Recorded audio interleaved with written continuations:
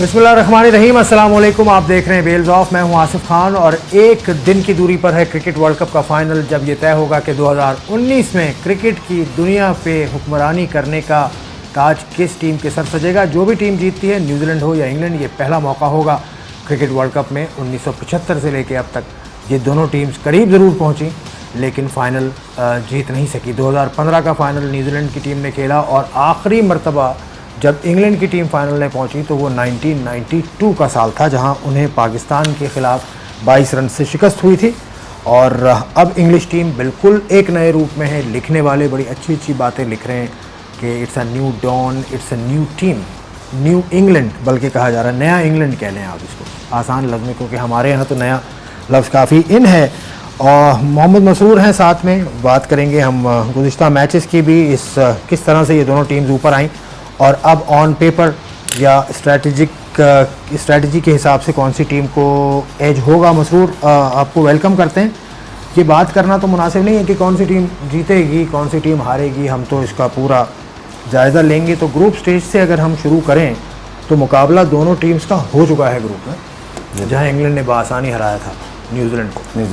तो वो कॉन्फिडेंस तो लेके जा रही है इंग्लैंड की 110% ये वो कॉन्फिडेंस तो इंग्लैंड की टीम लेकर जा रही है। और जिस तरीके से आपने बताया लिखने वाले लिख रहे हैं, अगर आप थोड़ी सी हिस्ट्री की तरफ जाएंगे, आजकल हमारे पाकिस्तान में ख़ास तौर पे दुनिया में 92 का बड़ा चक्कर चल रहा था। तो अगर आप देखेंगे 92 की असल प्रिपरेशन तो इंग्लैंड टीम ने ही की हुई थी। अगर आप बेसिक उसकी क्लोथिंग पे ही जाएंगे तो वो उसी फॉर्मेट से जाए थे, उसी फॉर्मेट की उसी किट्स तकरीबन उन्होंने बनाई थी, सेम फॉर्मेट की बनाई थी। प्लस एक और बात है, जब 1991 में जब ग्रैम गुच कैप्टन बने थे तो उन्होंने एक टोटली रिवॉल्व किया था 90 से 92 तक।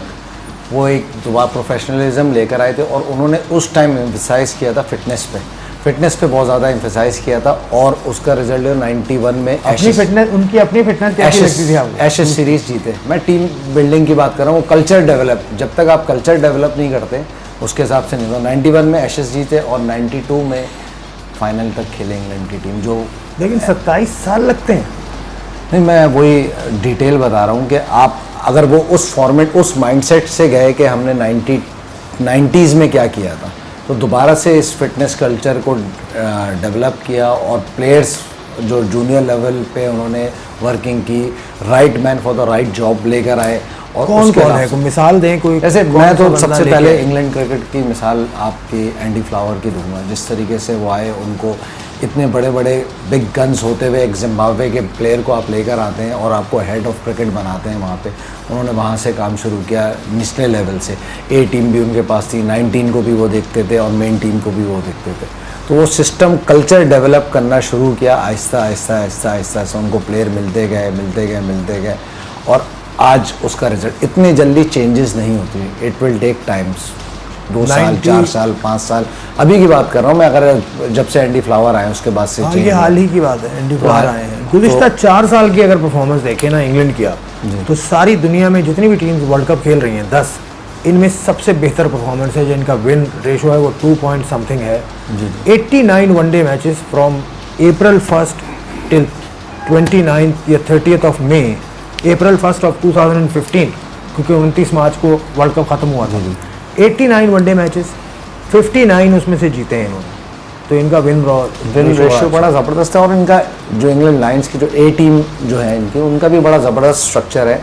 मतलब इनफैक्ट अगर कोई प्लेयर इनका परफॉर्म नहीं कर रहा मेन टीम का, तो उसको फ़ौरन ए टीम में ट्रांसफ़र करते हैं, दोबारा उस सेटअप में जाते हैं, वो 1 डेज़ खेलता है या 3 डे 4 डे मैचेस जो होते हैं वो खेलता है, फिर उसको लेकर आते हैं। प्लंकेट की मिसाल आपके सामने, प्लंकेट भी क्रिकेट छोड़ चुके थे, उसको वहाँ से दोबारा से लेकर आए फिटनेस, जबकि एज भी एज अ फास्ट बॉलर उनकी एज ठीक ठाक है, ठीक है, वो उसको दोबारा से ट्रेन किया, ए टीम के साथ रखा, फिर ऑन एंड ऑफ उनको मैचेस कराए। तो मैनेजमेंट ऑफ द प्लेयर ये बड़ा इंपॉर्टेंट है, और किस टाइम पे किस प्लेयर को खिलाना है ये उन्होंने सीख लिया है। और ना उनके इसमें सिस्टम उनका बड़ा है, प्लेयर बड़ा नहीं है। किसी भी प्लेयर को उठा के वो ए टीम में बैठ देते हैं, किसी भी प्लेयर को ड्रॉप करके दूसरा प्लेयर ले आते हैं। बैकअप उन्होंने तैयार कर लिया, तो हर प्लेयर को पता है कि हमें सिस्टम के साथ चलना है, हम पूरी जनरेशन को चेंज कर रहे हैं, एक कल्चर डेवलप कर रहे हैं, चैम्पियनशिप कल्चर जो डेवलप कर रहे हैं आहिस्ता आहिस्ता। उसको लेकर चलेंगे। इन्होंने बीच में सख्त फैसले आपके ख्याल में कौन से लिए हैं जो आप कह रहे हैं कल्चर चेंज हुआ है और बाकी चीज़? आपने कल के प्रोग्राम में ये बात बोली कि स्टीवर्ट ब्रॉड हो गए, एंडरसन हो गए, इनको निकालना। लेजेंड एंडरसन को तो आप लेजेंड्स में ही, इंग्लैंड की बॉलिंग लेजेंड्स में ही रखेंगे। उसके अलावा फ्लिंटॉफ देख लें, एलेक्स हेल्स देख लें, ये मिसालें हैं आपके। यहाँ तक केविन पीटरसन भी, केविन पीटरसन है। तो Aahista Aahista step by step वो करते रहे। तो ये जो माइंड सेट चेंज हुआ है आपके ख्याल में, एंडी फ्लार, उसके बाद फिर एंड्रयू स्ट्राउस, अब कुछ अरसा एशली जाइल्स को, अब कुछ अरसा हुआ, लेकिन सिस्टम उन्होंने सिस्टम डेवलप कर दिया। देखें, किसी के आने और जाने से कोई चेंज, जब सिस्टम डेवलप हो जाता है, बंदा सिस्टम डेवलप करके निकल जाता है, लोग आते रहते हैं, चेंज होते रहते हैं, उसी सिस्टम पे काम करते हैं। ये काम की बात है कि सिस्टम बदल दिया जाए। बाकी तो काउंटी का तो उनका सैकड़ों, एक बरसों पुराना उनका सिस्टम चल रहा है। वहाँ पर आप ही ने मुझे बताया था 15, 16, 17 के करीब काउंटीज़ खेलती हैं, वहाँ से वो प्लेयर्स को पिक करते रहते हैं। और जब भी इंग्लैंड की साइड पिक होती है, उसमें वो ज़रूर उसके बारे में बताते हैं कि ये मिडिल सेक्स से है या ये सरे से है, ताकि वो उनमें भी एक तहरीक पैदा हो, ओनरशिप आती है कि हमारे उस काउंटी से ए टीम में गया है या मेन टीम में गया है। बड़ा मतलब जूनियर सेटअप पे बड़ा ज़ाहिर बात है। काउंट वो जो इंग्लैंड का टीम का प्लेयर है, जब काउंटी मैचेस खेलने जाता है, बाउंड होता है। ये नहीं कि वो इंग्लैंड टीम से खेल रहा है तो अपने काउंटी के मैचेस नहीं खेलेगा। ये थोड़ा सा फुकदान है हमारे इसमें। हमारे जो स्टार प्लेयर हैं, जो पाकिस्तानी टीम से आते हैं, तो लोकल डोमेस्टिक में अपनी रीजन या अपनी टीम में कम खेलते हैं। मैं ये नहीं कह रहा, खेलते हैं, मगर पिक एंड चूज नहीं। अब असल में टाइम भी नहीं है ना, अब उनका जो शेड्यूल है वो काफ़ी टफ होता है। अच्छा, मुझे ये बताएं, बड़ा अच्छा सेटअप है इंग्लैंड का। इयन मॉर्गन कहाँ से है? आयरलैंड। आयरलैंड से। केविन पीटरसन भी बाहर से था, साउथ अफ्रीका। उसके अलावा जोफ्रा आर्चर भी आप देख लें, वेस्ट इंडियन प्लेयर है। यानी आपको जो स्टार परफॉर्मर्स मिल रहे हैं कुछ अरसा पीछे तक, वो तो आपके बाहर से आ रहे हैं। देखें, बाहर से बिल्कुल आ रहे हैं। तो पहली बात तो ये कि इंग्लैंड उनको लेकर तो नहीं आ रहा, वो खुद नहीं आ रहे हैं, वो बात ठीक है, लेकिन इनके लॉज में पूरा करते हैं, फिर वो आते हैं जी। दूसरी दुनिया में भी ऐसा हो रहा है जी, लेकिन जब अगर सिस्टम इंटैक्ट है, बना लिया गया है, तो फिर लास्ट मोमेंट पे आर्चर जैसे प्लेयर कैसे आ जाता है? देखें, एलिजिबल हुआ तब, पहली बात तो एलिजिबल हुआ आर्चर तब आया, ठीक है। दूसरी बात ये कि इंग्लैंड अगर आबादी वाइज देखें, इतनी बड़ी पॉपुलेशन नहीं है उधर, और मल्टी कल्चर है, क्योंकि जो उनके लॉज हैं उसके हिसाब से पाकिस्तानी भी उधर बहुत हैं, इंडियंस भी बहुत हैं, बंगालीज भी बहुत हैं। हर कल्चर का, हर मज़हब का बंदा उधर मौजूद है। तो वो उस कम्युनिटी को लेकर चलते हैं। उन्होंने कभी ये नहीं रखा कि 2 Indians 1 Pakistani 3 South African are allowed. जो अच्छा बात होता करने का मकसद ये था कि देखें, आपके सिस्टम में वर्ल्ड कप से कुछ पहले तक आर्चर आपकी स्कीम ऑफ थिंग्स में नहीं था। अगर आप सिस्टम बनाते चले आ रहे हैं तो आपको पता होना चाहिए था कि ये 20 लोग या ये 15 लोग हमारे वर्ल्ड कप में होंगे। लेकिन वो टीम के साथ तो था, हाँ, वो टीम के साथ तो था, मगर वही डेडलाइन वाली बात है ना, सिस्टम की बात नहीं, वो टीम के उस सिस्टम में था वो।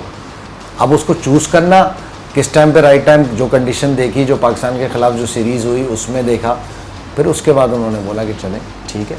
बड़ा अच्छा कॉम्बिनेशन बनाने में कामयाब हो गए। आदिल रशीद, जो पिछली सीरीज़ जो इंडिया से खेली थी इंग्लैंड में, उसमें भी आदिल रशीद टॉप बॉलर रहे थे। उसके अलावा मोइन अली जैसे प्लेयर की जगह नहीं बनी, इतना कॉम्पैक्ट किस्म का कंपटीशन चल रहा है इसमें। यही बात कह रहा हूँ ना कि जगह नहीं बन रही, प्लस जो लोग बेंच पे भी बैठे हैं, they are supporting the players, they are supporting the team. ये जो कल्चर डेवलप हो जाता है ना, जब आप एक दूसरे के लिए सेक्रीफाइस टीम के लिए करना शुरू हो जाते हो, तो ये टीमें ऊपर की तरफ ग्रो करती हैं। ओवर दी ईयर्स रिसेंटली जो कप्तान आए हैं इंग्लैंड के, उनमें ये इयन मॉर्गन को आप किधर रेट करते हैं, और क्या वजह है कि इसको सक्सेस मिल रही है इतनी ज़्यादा? लेकिन कैप्टनसी, बहुत सारे लोग अच्छे कैप्टन होते हैं मगर लक फेवर नहीं करती। कैप्टनसी और लक का भी बड़ा अमल दखल है। लेट्स को आप देख लें, जावेद भाई थे, सब क्रिकेटिंग वर्ल्ड में सब उनको बहुत मतलब कह लें चालाक कैप्टन कहते थे, जिनको नो हाउ बैट्समैन की, टीम की, अपोनेंट की, पिच की सबसे ज़्यादा थी, मगर इतने कामयाब नहीं बन सके।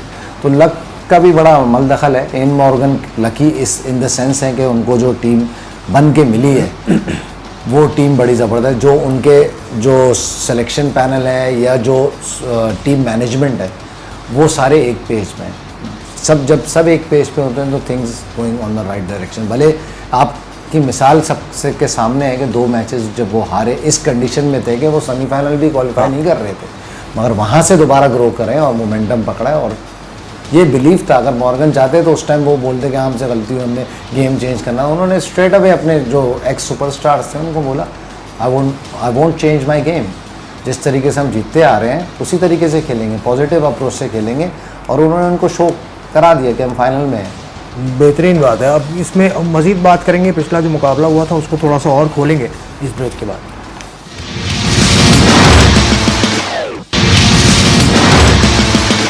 वेल्स ऑफ में खुशामदेद। England versus New Zealand, the final of the cricket world cup 2019, and I have been joined by Nick Hoult from England. He writes for the Daily Telegraph and one of the renowned voices there. Welcome to the program, Nick. Hello. Good afternoon. Yeah, Nick.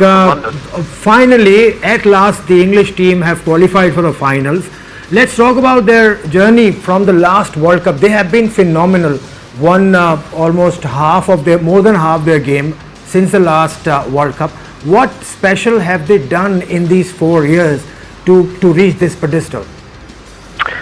They've identified a method of being very aggressive with the bat, and they've stuck with it even when it's not come off and they've lost games. They haven't changed their tactics.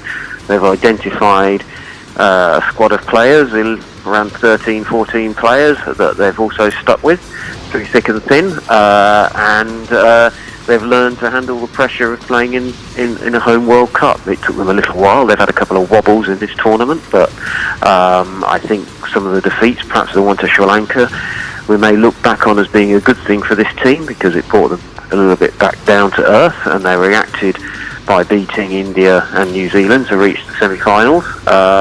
Feels like they are peaking going into tomorrow's final, but they've not played in a World Cup final before, so it'll be interesting to see how they handle the occasion. The last game between England and New Zealand, England won that game comprehensively, and England are the only side scoring over 300 runs, or 300 runs for that matter.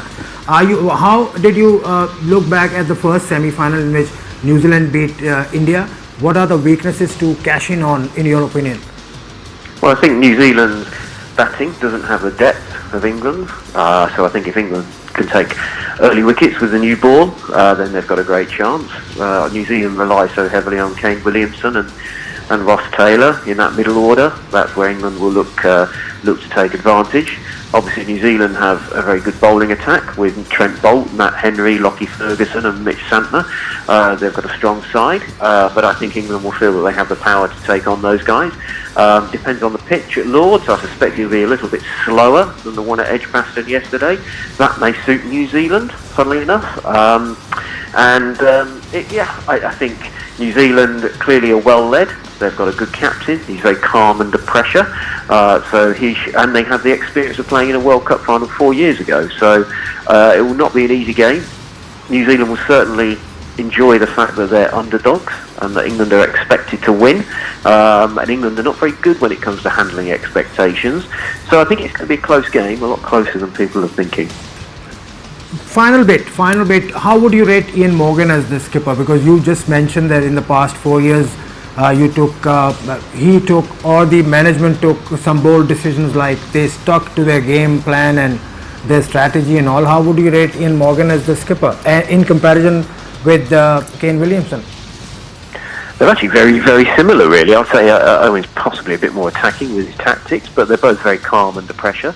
Owen Morgan is a man who he keeps himself very much to himself. I don't think anybody really knows what Owen is really like as a person. He's very cool under pressure. He's very his demeanour never changes, whether they're winning or they're losing. He backs his players 100%. He's had a few difficulties himself with his form. He's a sort of batsman who goes through lean periods, but he doesn't seem to affect him. One of the key things is he's been very, very good at getting the best out of Adil Rashid, the leg spinner. Now, Adil's not had a brilliant World Cup. It's not been a World Cup for spin bowlers, but he's stuck by him. He took crucial wickets yesterday, and it looks as if he's recovering from injury now, Rashid. So Morgan's best thing is that he's got the best out of players who sometimes have struggled to handle the expectations, struggled with consistency, but they seem to revel playing under Owen. Thank you very much, Nick Hoult, and good luck for the game this Sunday. Thank you. एक बात तो जो आपने की थी वो इन्होंने दोहराई है कि पिछले 4 सालों में अपने फैसलों पे वो स्टिक किए। उन्होंने कहा हमारी यही स्ट्रेटजी है, हमने बंच भी इन्होंने जहन में रख लिया था। तो तैयारी बहुत अरसे से की जा रही है। एक बात तो वो आपकी वाली बात ही हो गई।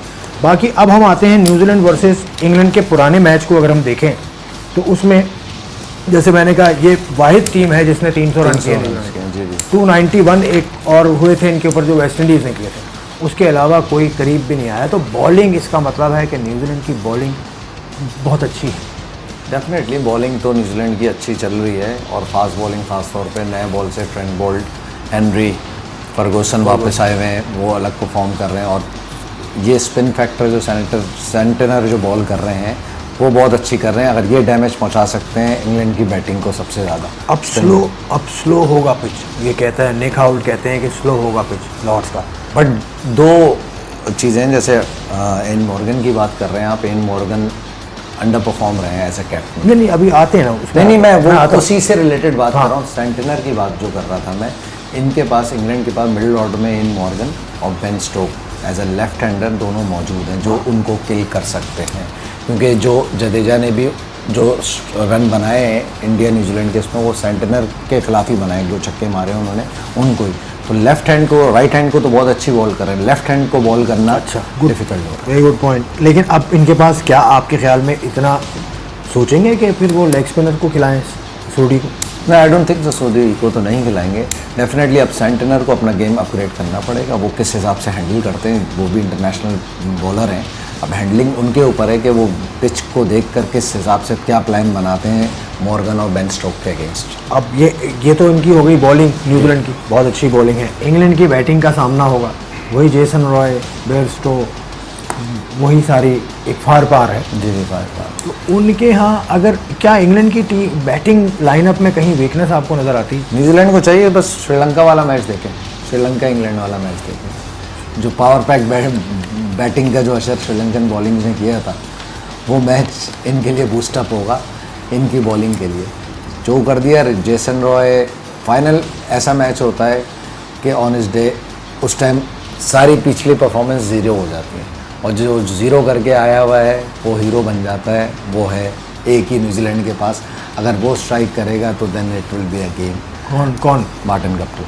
मार्टिन गप्टिल तो ऑफ कलर हैं, बिल्कुल ऑफ कलर। अगर वो चलना शुरू हो गए तो फिर तो इनके पास Martin Guptill, Latham, Ross Taylor, ये 3 इनके अच्छे मुस्तनद बैट्समैन हैं। अब आप देखें ना, इन्होंने भी प्लानिंग अपने stick, Latham as a opener उनका रिकॉर्ड बहुत अच्छा है। हाँ ठीक है, उसको नीचे लेकर आए और वो स्टिक हैं उस पर। ओपनिंग में प्रॉब्लम हो रही है। हाँ, निकल्स के साथ जाते हैं, निकल्स के साथ, मुनरो के साथ गए, मगर वो लेथम का नंबर चेंज नहीं कर रहे, लेथम को नीचे ही रखा हुआ। तो जो ये एक अच्छी भी चीज़ है, पॉजिटिव चीज़ भी है कि जो प्लानिंग करी है उस पे बिलीव रखा हुआ है कि चलें, ये जब की हुई है बार बार चेंजेस, सडन चेंजेस नहीं करेंगे। मैच हार गए, ये इसको हटा दो, उसको निकाल दो, उसका नंबर चेंज कर दो, ये सब नहीं होना चाहिए।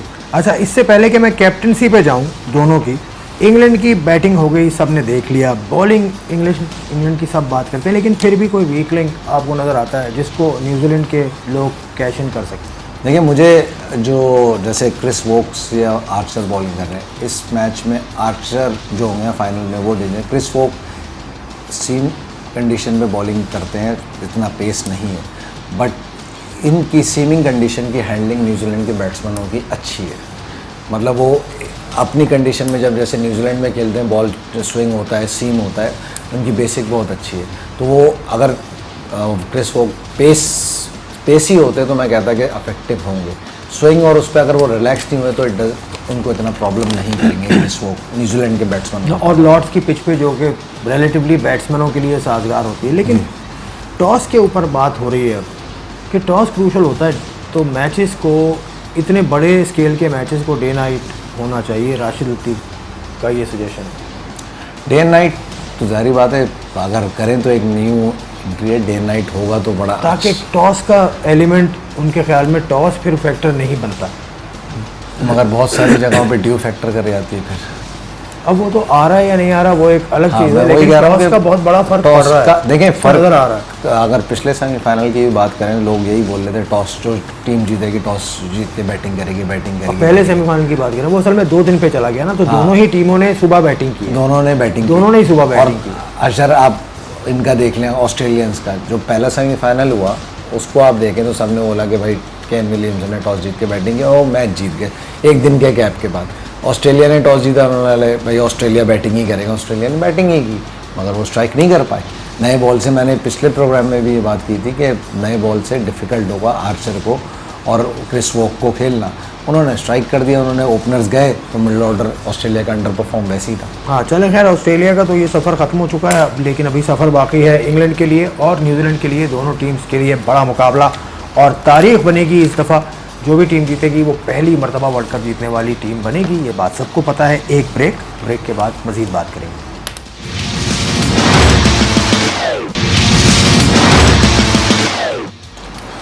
तो इंग्लैंड वर्सेस न्यूजीलैंड मुकाबला होगा फाइनल क्रिकेट वर्ल्ड कप 2019 का। अब हम बात कर रहे थे दोनों टीमों के कंपैरिजन की। ऑन पेपर तो बज़ाहिर नज़र आ रही है कि इंग्लैंड की टीम मजबूत है और उनका हर खाना इस वक्त टिक नज़र आ रहा है। टॉप ऑर्डर देख लें, मिडल ऑर्डर देख लें, fast bowling, spinners, slow wicket का नेचर है।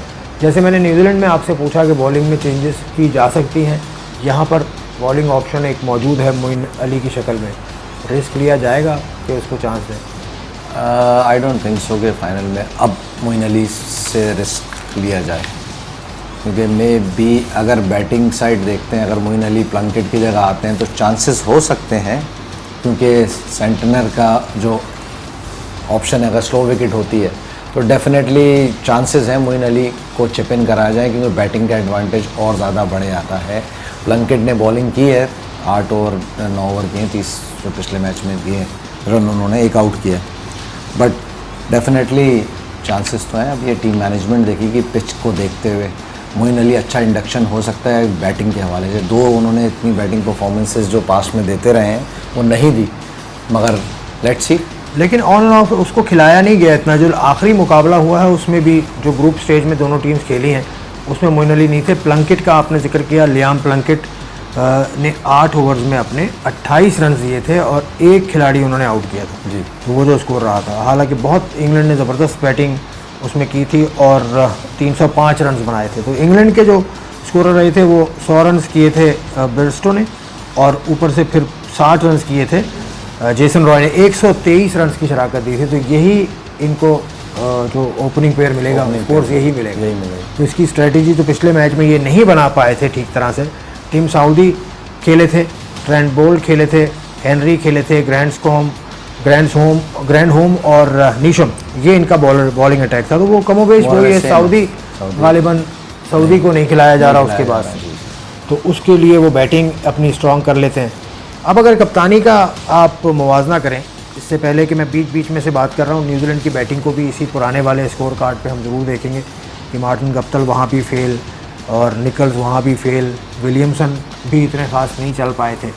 तो न्यूजीलैंड की इतनी कोई इतनी अच्छी परफॉर्मेंस नहीं है उसमें।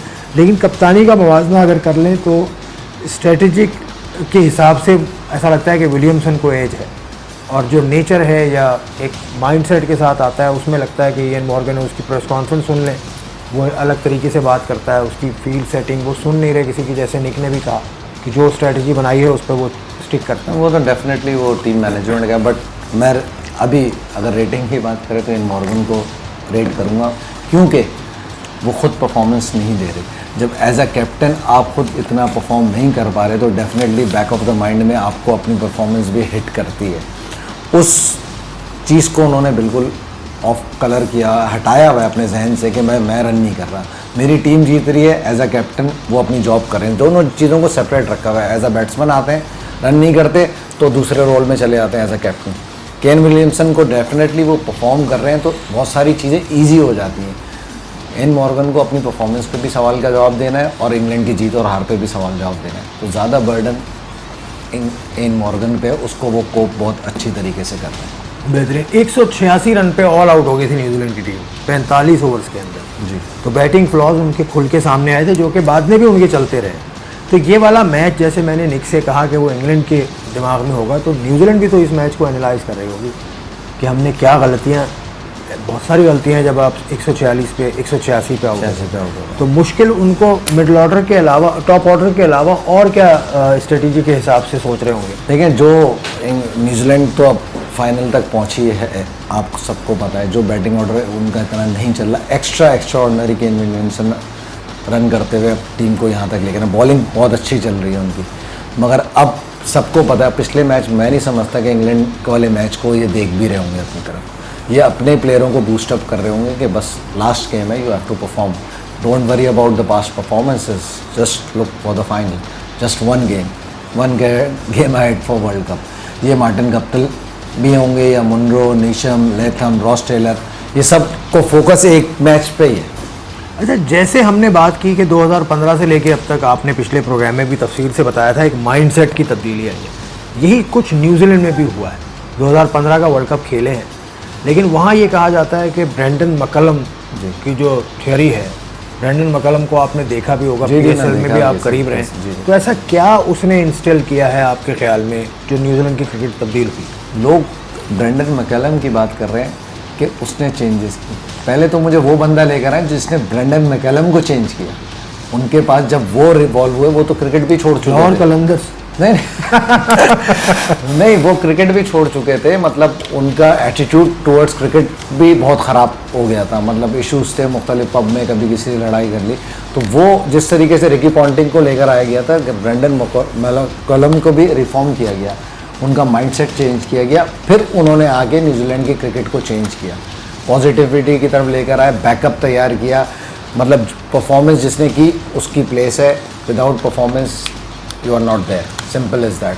तो वो उस फॉर्मेट पे चले, उन्होंने बंच ऑफ प्लेयर्स लिए, सिलेक्शन की अंडर 19 वगैरह में, फिर एक थ्योरी लेकर चले, उसको आगे केन विलियमसन लेकर चले।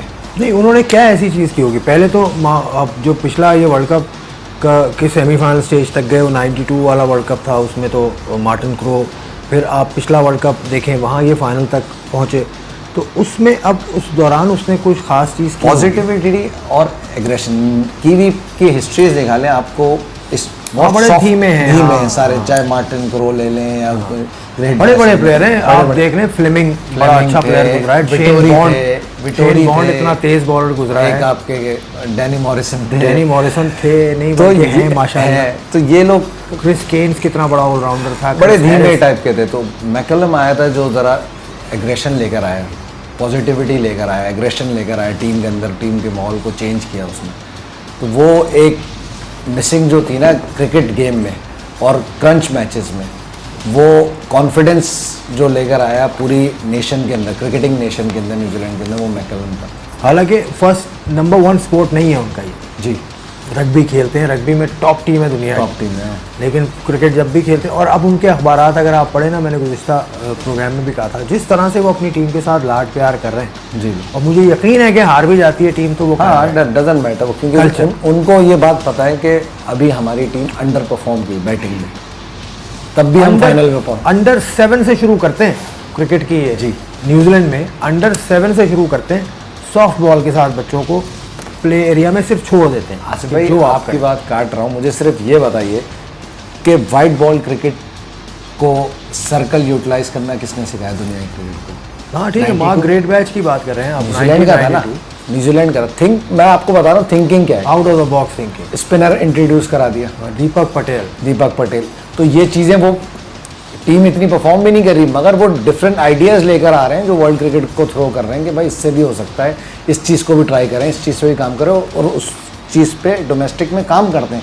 मैंने आपको बताया ना, एक टूर्नामेंट होता है जहाँ पे सामने स्क्रीन पे आप छक्का मारेंगे 8 रन है, तो आप न्यूजीलैंड के बैट्समैन देखें जो सामने हिट बड़ी अच्छी मारते हैं, तो वो जूनियर लेवल पे ये चीज़ें करवाते आ रहे हैं, मतलब वो चीज़ें सोच रहे हैं, डिफरेंट चीज़ें वो एक्शंस कर रहे हैं, रिएक्ट, फिर आगे उनकी परफॉर्मेंसेज हो रही हैं खुद ब खुद।